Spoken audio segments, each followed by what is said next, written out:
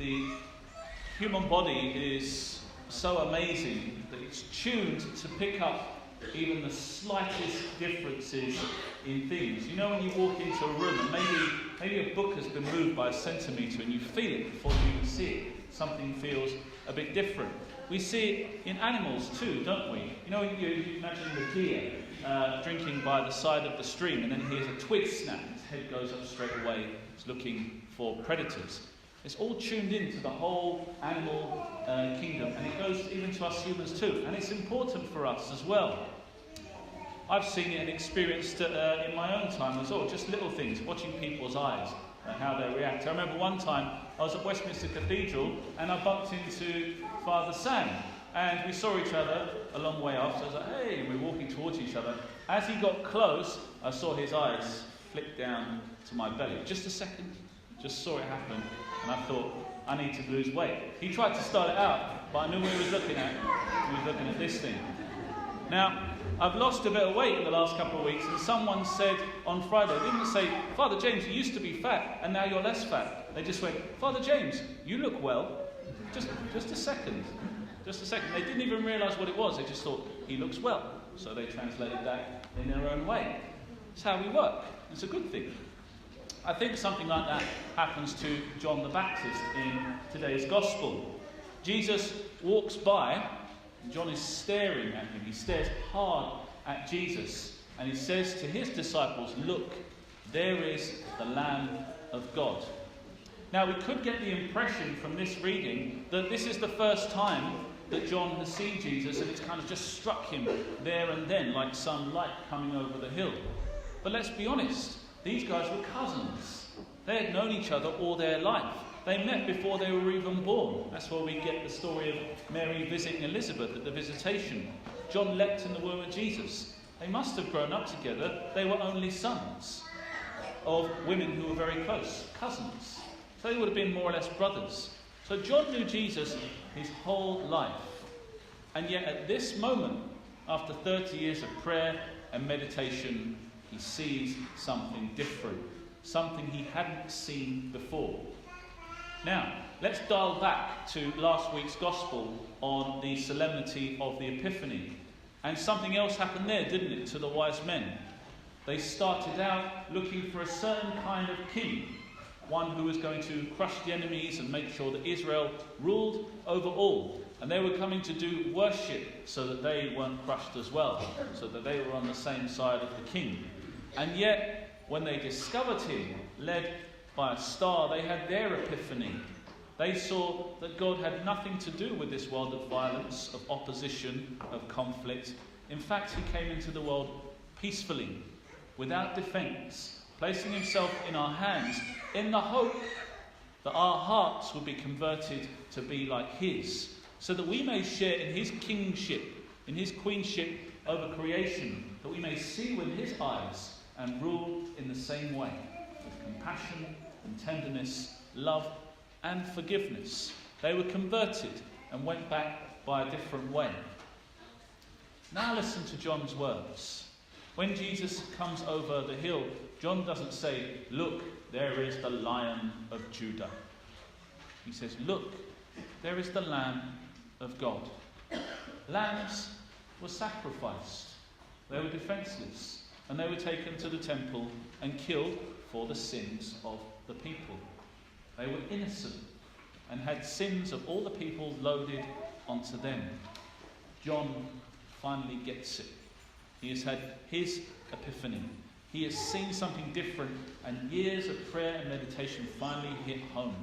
He has discovered the true face of God in Jesus and says to his disciples, you follow him. Go after him.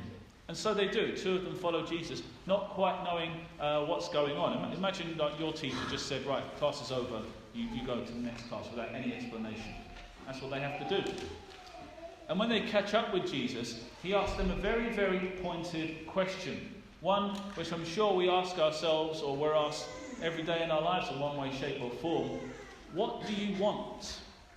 And you notice that they don't answer the question because they don't know.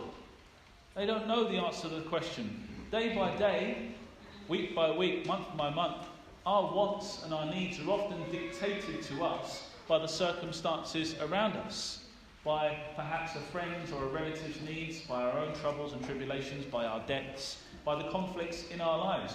Our wants and needs can change from moment to moment, and it often distracts us from the deepest desire, the deepest want, the deepest need, which we're not given time to reflect upon, which we're not given time to really explore. Jesus wants to know what that is, because he knows what it is. It's him. And so they say to him, Rabbi, where do you live? And that's enough for him. He says, come and see. Now it's to be noted in this gospel that they went and saw where he lived, knowing that the Son of Man has no place to lay his head. And they stayed with him the rest of that day and night, because it says it was about the 10th hour, which is normally when you have dinner and go to bed. It's just after work, basically, in those days. So they spend an evening with him. But they come up, we don't know what happened in that evening, but we know something amazing did. Because Andrew, one of the followers, immediately goes out to get his brother, Simon Peter. And he doesn't just say, we met this great guy, John told us to follow him, we're not sure. They said, we have found the Messiah. Just like the wise men found the infant king of the Jews, they were proclaiming in one encounter that they had met the Messiah, the anointed one, God with us. What had happened in that meeting? What could have happened in 12 hours?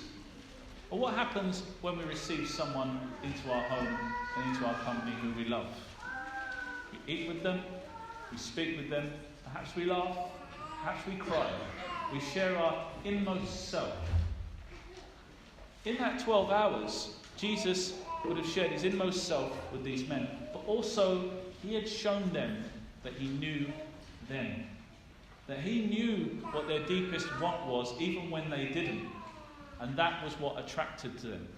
They didn't have the answer yet, but something in them, some intuition told them that this guy, this man, he knows us. He must be the Messiah, God with us. And we see this in the way that Jesus addresses Peter. He knows him before he's even met him. He knows the real Peter. And he points him to what he will become before he is even becoming. Because he looks hard at Peter. Notice how John the Baptist looked hard at Jesus. And now Jesus looks hard at Peter. Old Testament, Jesus, the church. And he says, you are now Cephas, the rock on which this church's faith, this profession of faith, will be built. Now the irony here, as we know, as the story goes, that Peter proved himself to be anything but the rock. He showed himself to be impulsive, a bit of a show-off, and weak. Because when the true test came, relying on his own powers, he fell. And yet it was because of that fall, and because of his repentance, because of the Lord's forgiveness and acceptance and love, that Peter became the rock. Because that rock of his pride had been broken open. That Jesus had been able to reach into his heart through his failure and to raise him up. So that Peter would never be the same man again. He would never rely on his own powers, but that Jesus would be coursing through his veins in everything he said and he did. That's why he's the rock. Because he knew himself to be weak, to be helpless without God. He knew himself to be forgiven and loved. And that's what he passed on. There's a great lesson in this for us, as Christians, as individuals, and as a parish family, as a church. That Jesus is to be found not in proclamations, not in great teachings, not in telling us what to do, but in intimacy, in friendship, in love, in fellowship with him, through fellowship with our brothers and sisters. Think of the Mass we celebrate. We gather around a table. It is both an altar of sacrifice, a bloodless sacrifice, because he is the Lamb of God, but it's also a table around which we gather. As Christians, we are called to extend this fellowship and this love to our brothers and sisters around us, to our neighbours. We often lament, don't we, the loss of the younger generation from faith. Perhaps because they expect us to tell them what to do, rather than to welcome them in, eat with them and love them. I don't think anyone has ever responded negatively to that. You put food on my plate, I'm there, man. And then, in that context, to love them. And then, they will be open to the message of Jesus, as were Andrew and his friend. One night that changed their lives. One night that took them from a meeting with a stranger to recognizing him as the Messiah. One night that was the fruit of 30 years of meditation of John the Baptist, who was humble enough to let go of the established way of doing things and say, look, there is the Lamb of God, and place them in Jesus' hands. As a Christian community, we are called to be part of this, to hand over our encased in rock hearts, to reveal the flesh inside, and then to share those with our brothers and sisters. Because in doing so, in opening ourselves up to Him, in opening our hearts to our brothers and sisters, in welcome and in love, we expose the true heart of Jesus and allow other people to say, we have found the Messiah. Amen.